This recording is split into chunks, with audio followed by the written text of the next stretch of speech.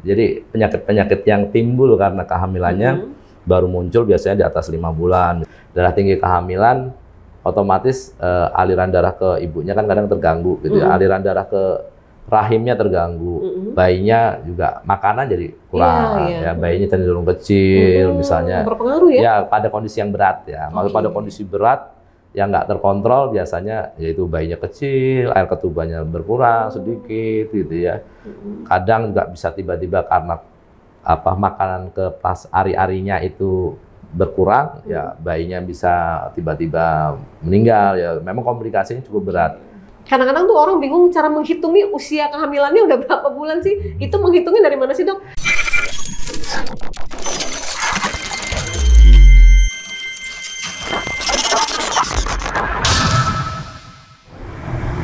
Assalamualaikum warahmatullahi wabarakatuh. Tapi pun, ya Bun, pemirsa, kita berjumpa lagi dalam program kami Tanya Dokter yang merupakan kerjasama Rilis IDTV dengan IDI atau Ikatan Dokter Indonesia Wilayah Lampung. Kalau kemarin-kemarin kita sudah ketemu dengan spesialis anak, spesialis penyakit dalam, spesialis apalagi ya udah mata. Hari ini kita ketemu dengan spesialis kandungan. Beliau adalah Dr. Muhammad Javed Iqbal, SPOG, Sub SPKFM dari POGI atau Obstetri dan Ginekologi Indonesia. Halo dokter, apa kabar? Ya, alhamdulillah. Terima kasih sudah hadir ya dok. Ya, terima kasih. Mungkin bisa dijelasin dulu nih, SPOG, Sub SPKFM itu apa dok? Ya, jadi kalau saya dokter kandungan dengan subspesialis kedokteran fetomaternal. Jadi kalau kedokteran fetomaternal itu dokter bagian kebidanan dan kandungan yang lebih fokus ke pengelolaan kehamilan-kehamilan yang berisiko. Oh gitu. Baik untuk ibunya maupun untuk bayinya. Jadi fokusnya untuk kehamilan yang berisiko. Iya. Karena itu tema kita hari ini adalah penguatan screening ibu hamil dalam upaya penurunan angka kematian ibu. Kenapa fokusnya ke AKI, ke angka kematian ibu nih dok? Iya, jadi memang kalau kita bilang AKI itu angka kematian ibu sekarang masih menjadi momok ya, masih. Kalau kita lihat trennya sih untuk di Indonesia sudah mulai turun gitu ya, tapi memang masih belum sesuai dengan harapan ya. Dan kalau kita lihat penyebab problem-problem kematian ibu sendiri kompleks sebenarnya. Tapi yang kalau kita dari beberapa penyebab yang paling sering, pertama kan penyakit-penyakit yang di luar kehamilan itu sendiri. Jadi misalnya jantung, kencing manis itu ya, yang istilahnya paru. Jadi memang ada penyakit berat yang mendasari di luar kehamilannya. Dan yang kedua itu yang paling sering darah tinggi dalam kehamilan. Jadi ini ada penyakit-penyakit yang karena kondisi kehamilannya dapat timbul, yaitu seperti tadi itu darah tinggi yang paling sering menjadi penyebab utama kematian. Kemudian perdarahan, ya, perdarahan saat kehamilan, melahirkan. Perdarahan itu? Perdarahan bisa terjadi waktu saat kehamilan, saat melahirkan maupun pasca melahirkan. Ya. Jadi memang yang paling sering karena perdarahan akibat dari perdarahan dari rahim, kontraksi yang tidak baik, gitu ya. Dan kebanyakan sebenarnya ya penyebab-penyebab kematian tadi kalau kita kenali resikonya lebih awal, harapannya bisa kita cegah gitu ya. Misalnya sebenarnya ini sangat berisiko ya dok? Ya, jadi kalau memang ada risiko-risiko bukan berarti tidak boleh hamil gitu. Ada kondisi-kondisi yang memang sebaiknya tidak boleh hamil. Ada kondisi-kondisi yang memang berisiko tapi kalau kita kontrol harapannya bisa dapat menjalani kehamilannya dengan baik. Nah, itu makanya kita harus dari awal harus screening ya. Jadi ada rangkaian proses, kita lihat kondisi ibu hamil ini ada risiko-risiko tidak gitu ya. Ada risiko-risiko atau potensi-potensi yang akan menimbulkan dampak masalah tidak dalam dalam kehamilannya. Bagusnya itu kalau screening dilakukan pada saat kapan? Sebelum menikah atau sebelum hamil? Ya, memang idealnya ya seawal mungkin ya. Sedini mungkin Sedini mungkin ya. Memang biasanya sih sebelum kehamilan, bahkan kalau untuk kondisi-kondisi yang penyakit-penyakit keturunan yang berat memang sebelum menikah gitu ya. Kalau misalnya sudah tahu nih, misalnya ada penyakit genetik, oh ini sebaiknya ya jangan, untuk ada kelainan-kelainan genetik yang bisa diturunkan. Misalnya apa tuh dok kalau genetik dok? Ya penyakit-penyakit misalnya kelainan genetik, misal hemofilia atau thalassemia atau apa, mungkin perlu diperhatikan, harus dipastikan dulu kelainan genetiknya tipenya apa gitu ya. Bahaya apa enggak? Ya, gitu kira-kira kalau sesama kelainan genetik itu menikah, ada potensi diturunkan nggak ke bayinya gitu ya. Itu kan, tapi memang kasus jarang. Tapi biasanya kita kalau secara umum yang sudah kelihatan, misalnya oh ini bapak ibunya ada kelainan genetik ya, mungkin kita sudah konseling dulu sebelum menikah kan. Apa yang mungkin akan dihadapi waktu proses kehamilan. Ada yang mungkin tidak terdeteksi gitu ya. Tapi sebelum kehamilan kita screening dulu kira-kira. Kadang kan kelainan-kelainan nggak tampak ya. Jadi mungkin itu baru kita serangkaian proses kita gali kira-kira ada mungkin pengalaman-pengalaman apa kondisi-kondisi sebelum selama ini yang bisa berpotensi tidak gitu, misalnya ada penyakit-penyakit infeksi atau misalnya penyakit kencing manis. Nah itu kan sebelum hamil sudah kita nilai kan, oh misalnya ibu ini ada sakit jantung, nah berarti kan harus dikontrol dulu.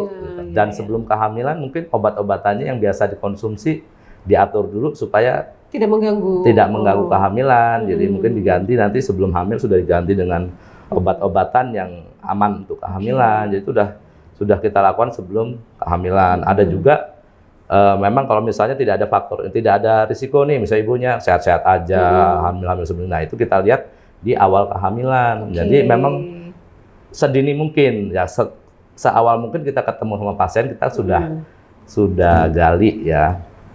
Oke dok. Dok biasanya itu kalau remaja putri itu sering ada bukan penyakit ya, hal yang tidak normal ketika dia menstruasi.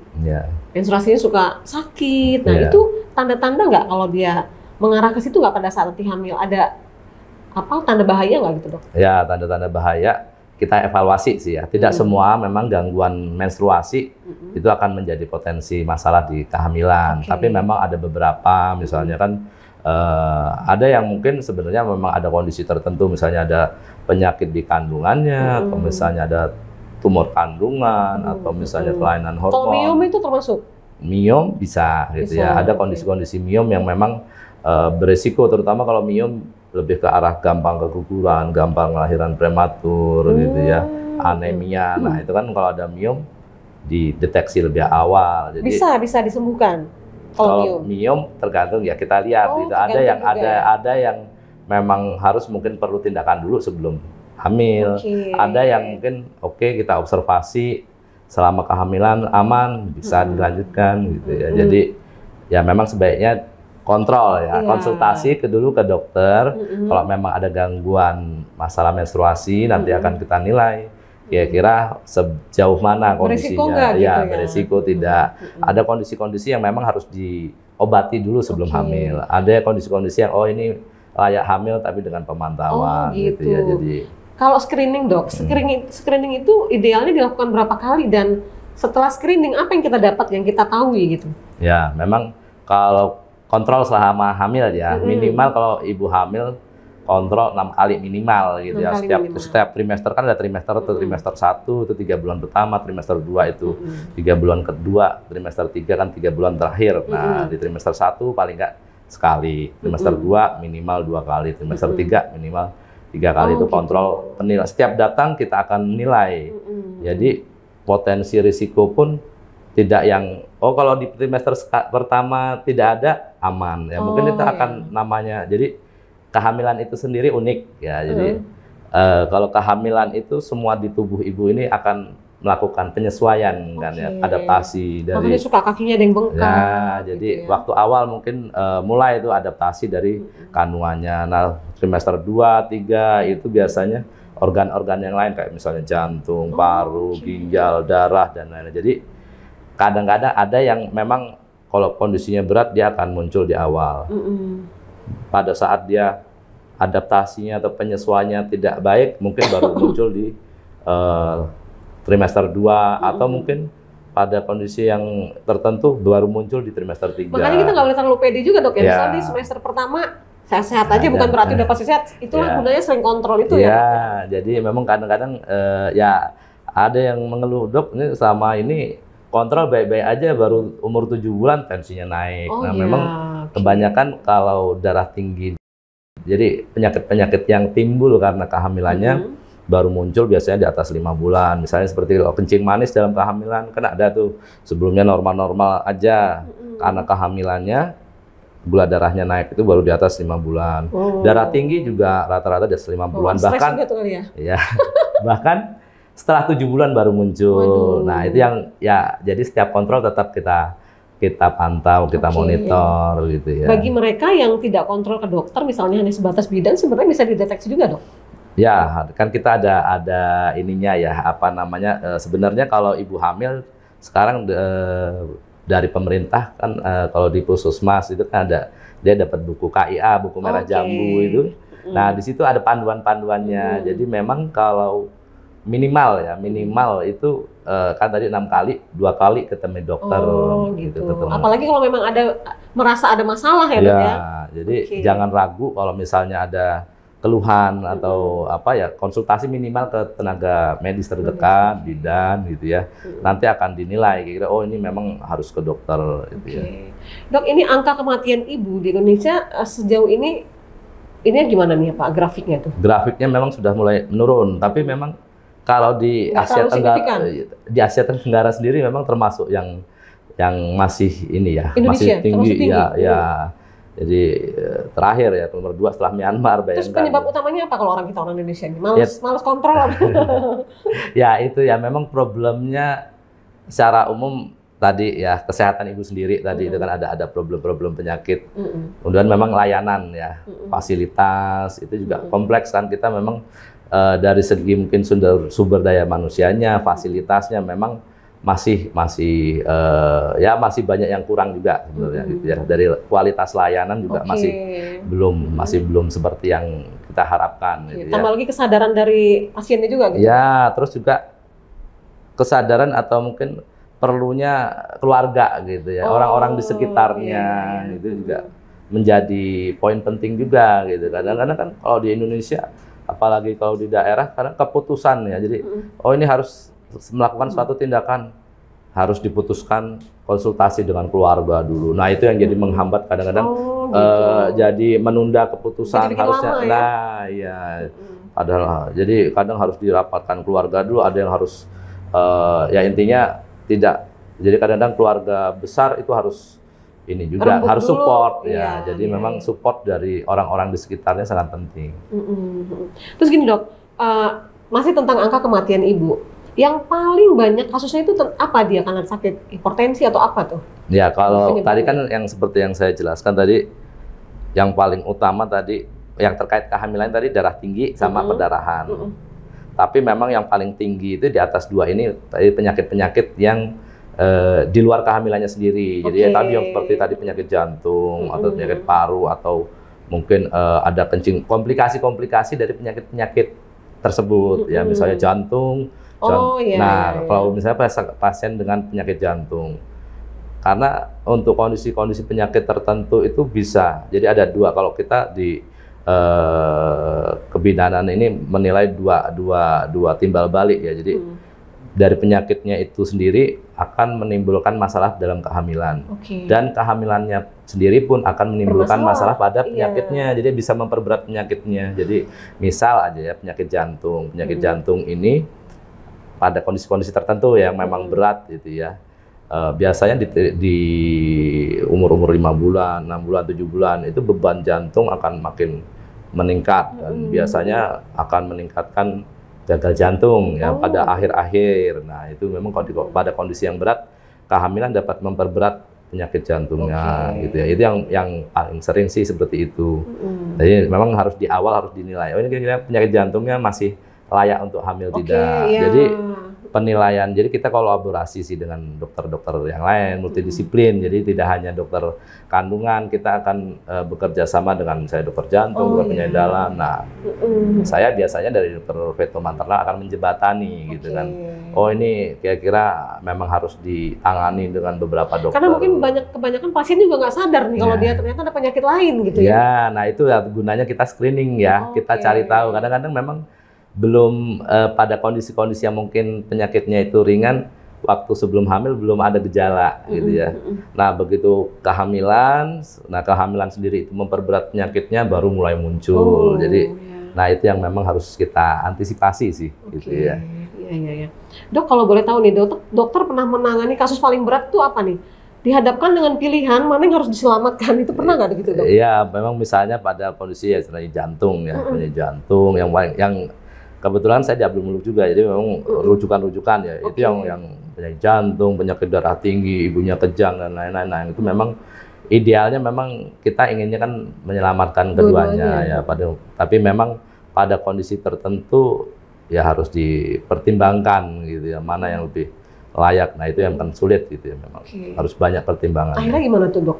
Keputusannya pernah dalam kasus kayak gitu nih yang dipertahankan yang mana dok? Ya kita lihat juga ya, misalnya kan ya pada kondisi misalnya kalau kehamilannya masih awal ya biasanya ibunya kan, tapi kalau kehamilannya sudah lanjut ya kita upayakan dua-duanya tetap. Gitu. Dilematis sekali sebetulnya dok ya. Iya. Sebenarnya gini dok. Ya kita sering dihadapkan pada dilema itu ya, dilema oh ini nyawa loh dua-duanya kan. Dua-duanya. Iya. Gitu. Tapi harus memilih salah satu. Ya.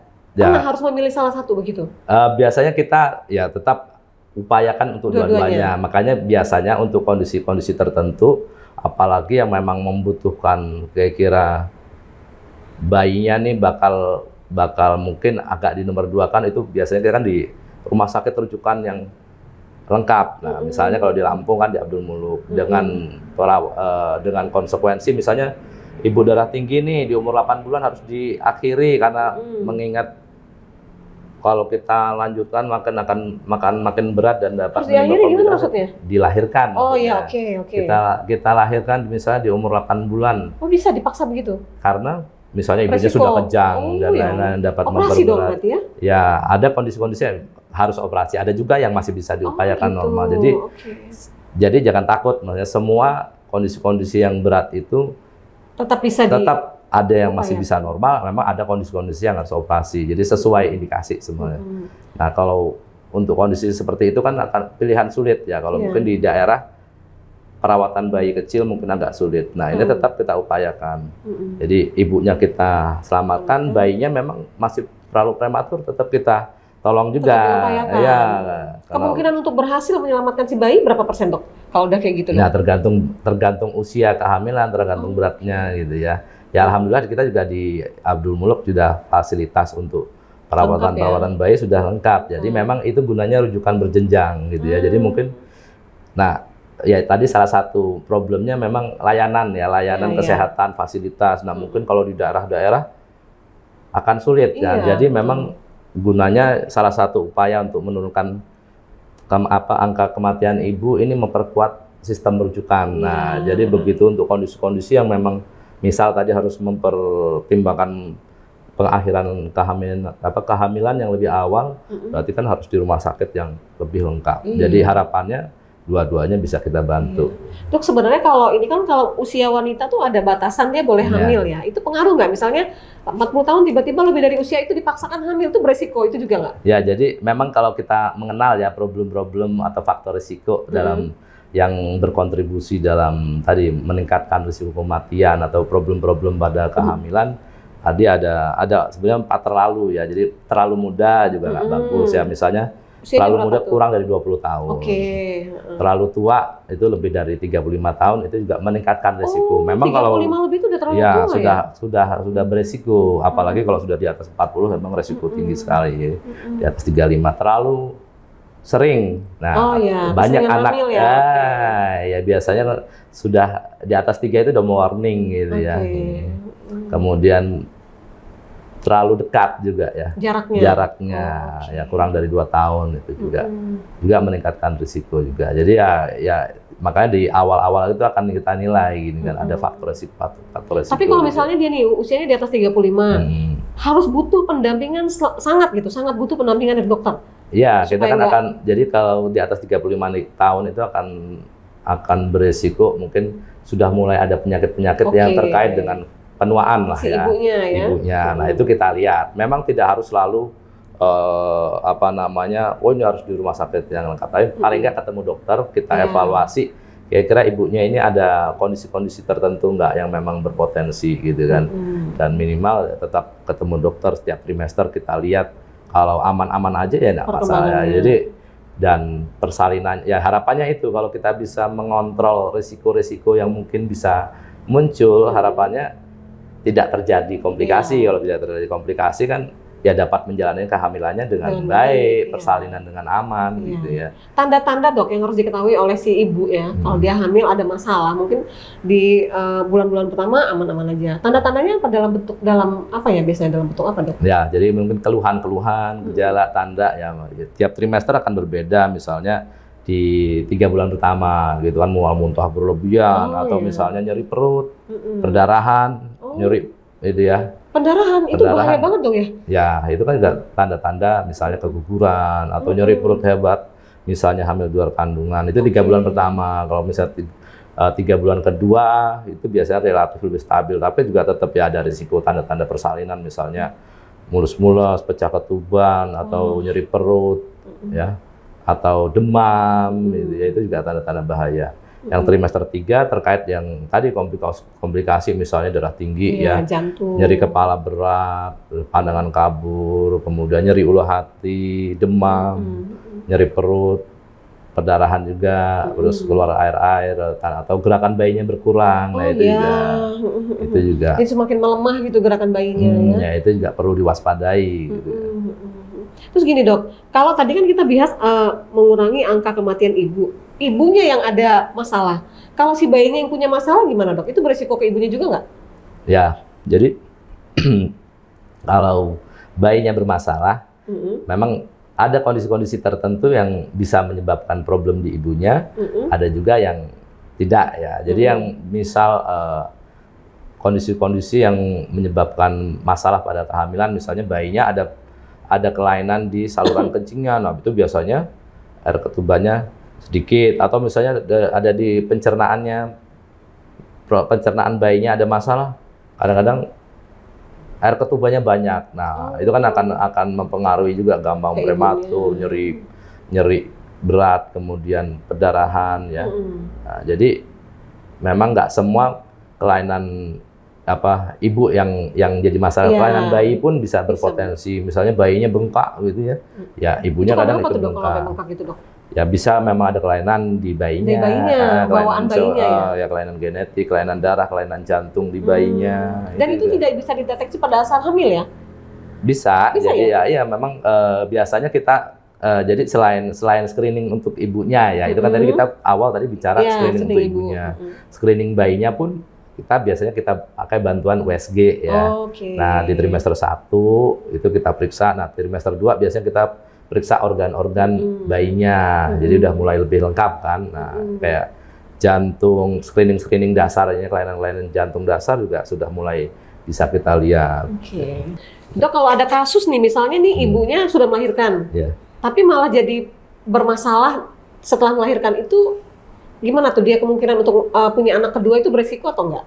Ya, jadi kita nilai dulu ya problem-problem yang mendasari apa gitu ya. Kita lihat kira-kira misalnya apa, tekanan darah tinggi misalnya ya. Misalnya setelah melahirkan kok justru tensinya, tekanan darahnya tinggi nih. Yang kita lihat kan kira-kira ada masalah-masalah yang mendasari nggak. Kita mungkin screening, misalnya ada kondisi jantung, ginjal. Kalau misal ada kondisi-kondisi yang memang mungkin sebenarnya tensinya itu karena hamilnya gitu ya. Mungkin di akhir kehamilan sebenarnya sudah mulai tinggi, tapi memang mungkin karena kondisi tertentu sulit untuk dideteksi dan baru kelihatan setelah lahiran gitu ya. Nah, kita evaluasi biasanya. Kalau memang karena kehamilannya setelah nifas gitu ya, setelah 42 hari dia akan berangsur-angsur membaik.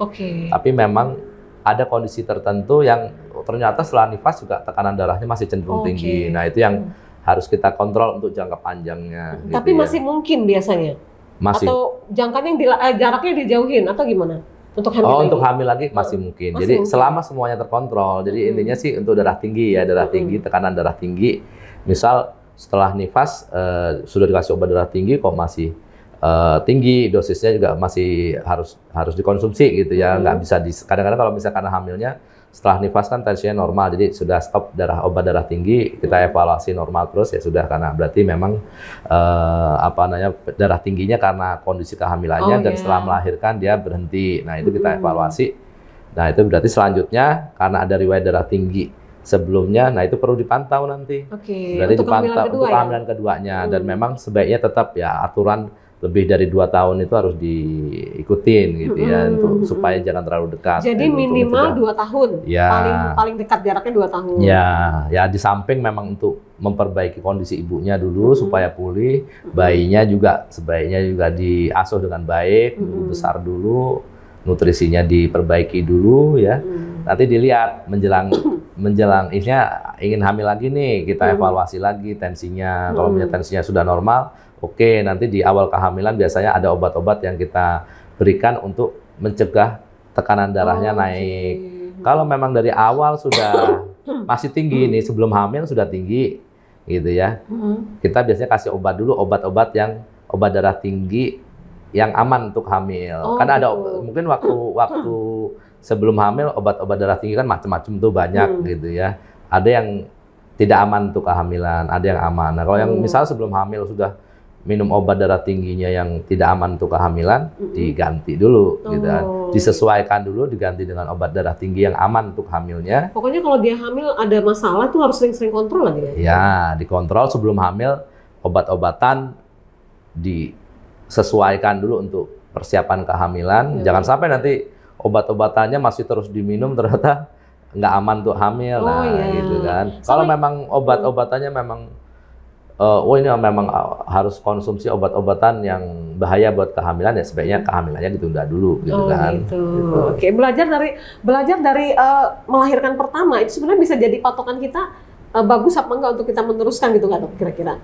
Ya, tapi jadi bisa juga beda ya kasusnya pada saat jadi semua case akan beda gitu ya kan gitu ya. Jadi tergantung berat ringannya, tergantung kasusnya. Jadi bahkan penyakit yang bisa penyakit jantung pun ada yang boleh hamil gitu ya, asal dikontrol gitu. Misalnya ternyata ini harus diobatin dulu, ada yang harus operasi dulu sebelum hamil, ada juga yang seperti itu gitu. Jadi ya intinya kalau ada kondisi-kondisi kronis atau penyakit-penyakit yang bermasalah sebelum hamil, kontrol dulu, konsultasi dulu, baru memutuskan supaya hamilnya bisa lebih aman. Oke. Gitu ya. Satu lagi, dok, misalnya si ibu nih ada masalah penyakit, dia punya hipertensi atau jantung, itu akan bermasalah ke anaknya nggak nanti?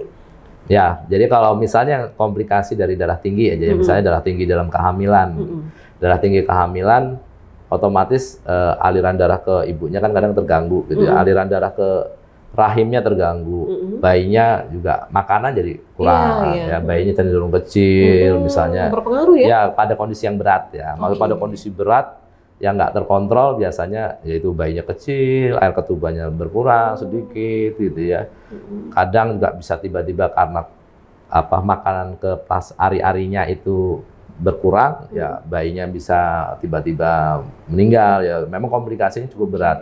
Tapi itu untuk kondisi yang berat. Harapannya kalau kita dari awal sudah kontrol, kita sudah antisipasi. Jadi selama terkontrol, biasanya risikonya lebih minimal lah. Gitu ya. Nah, kalau suka kejadian bayi warnanya kuning itu kenapa tuh, dok? Nah, bayi kuning itu berarti kan memang ini ada peningkatan kadar, istilahnya namanya bilirubin gitu ya. Itu macam-macam ya. Kalau bayi kuning itu kan ada yang memang normal, ada yang nggak normal. Yang nggak normal bisa karena memang mungkin ya ada gangguan darah gitu dari ya. bayinya? Dari bayinya bisa. Ada yang memang kurang cairan, ada yang memang respon kekebalan tubuhnya berbeda. Gangguan darah biasanya, gangguan sel darah merah. Ada yang memang karena kondisi penyakit ibunya gitu ya. Misal ibunya nih nggak cocok nih, jadi ada ketidakcocokan antara ibu sama bayinya. Itu bisa juga, misalnya golongan darah aja. Kan golongan darah ada yang resus positif, ada yang resus negatif ya. Makanya setiap ibu hamil harus tahu dulu nih resusnya apa gitu. Kebanyakan orang Indonesia resusnya positif. Nah, ada sebagian kecil yang resus negatif. Nah, itu dilihat biasanya kalau bayinya beda gitu ya resusnya, bayinya misalnya resusnya positif nih, nah itu akan terjadi perlawanan kan dari sistem kekebalan tubuh ibunya. Nah, itu ya salah satu penyebab kuning juga gitu ya. Kalau prematur itu resikonya apa? Prematur otomatis kan organ-organ di bayi juga belum matang ya. Jadi ya sistemnya juga akan masih perlu adaptasi lebih berat di luar ya. Dari yang paling sering kan nafasnya masih belum baik, kemudian organ-organnya juga masih belum baik, fungsi otaknya juga mungkin belum baik. Cuman memang ya itu kita optimalkan lah. Biasanya pertimbangan untuk melahirkan prematur itu ya harus kita benar-benar putuskan secara ini ya, benar-benar dengan pertimbangan banyak gitu. Dengan banyak pertimbangan. Ya, biasanya ada beberapa yang memang ini batasannya 8 bulan nih, paling lebih aman. Ini karena si ibunya juga bermasalah, bisa juga kan akhirnya dibuat lahir cepat tadi ya. Iya, gitu ya. Nah, sekarang ada mitos nih.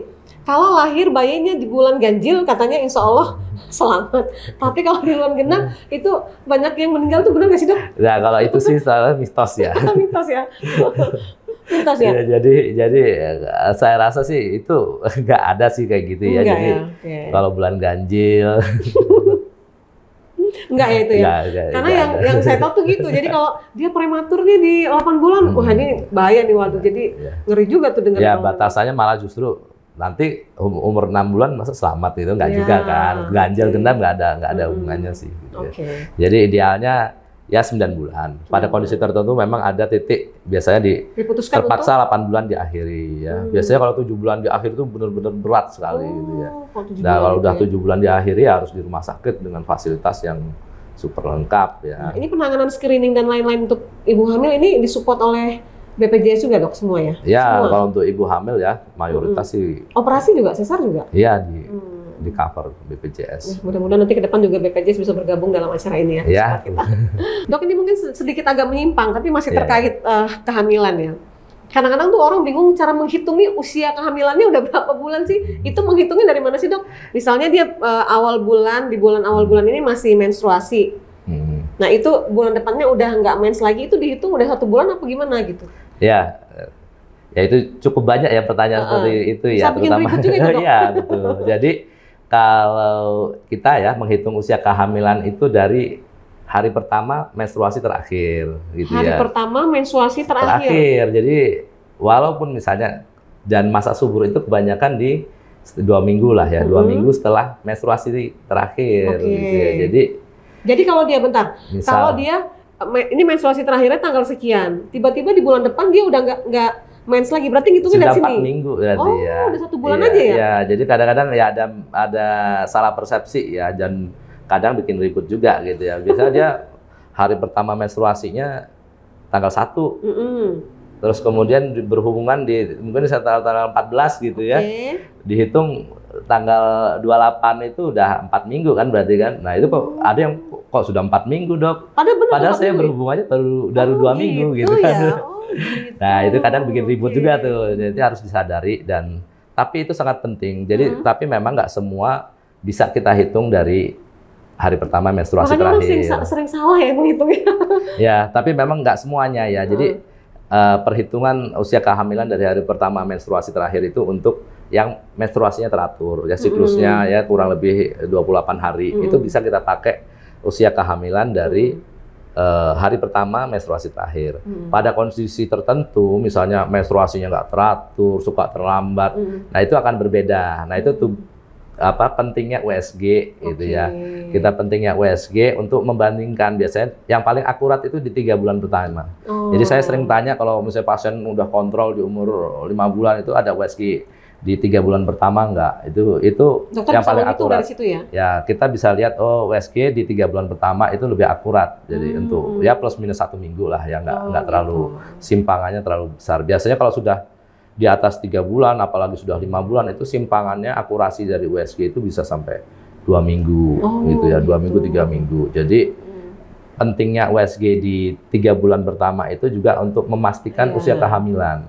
Apakah sesuai dengan menstruasinya atau tidak. Nah, itu yang perlu dipastikan. Yang penting si ibunya harus ingat dia menstruasi terakhir kapan gitu ya. Ya, itu sangat penting. Nanti kita bandingkan dengan USG di 3 bulan pertama. Nah, itu juga kita lihat, ternyata antara USG dengan hari pertama menstruasi terakhirnya kita hitung sesuai. Berarti bisa kita pakai nih hari pertama menstruasi terakhir.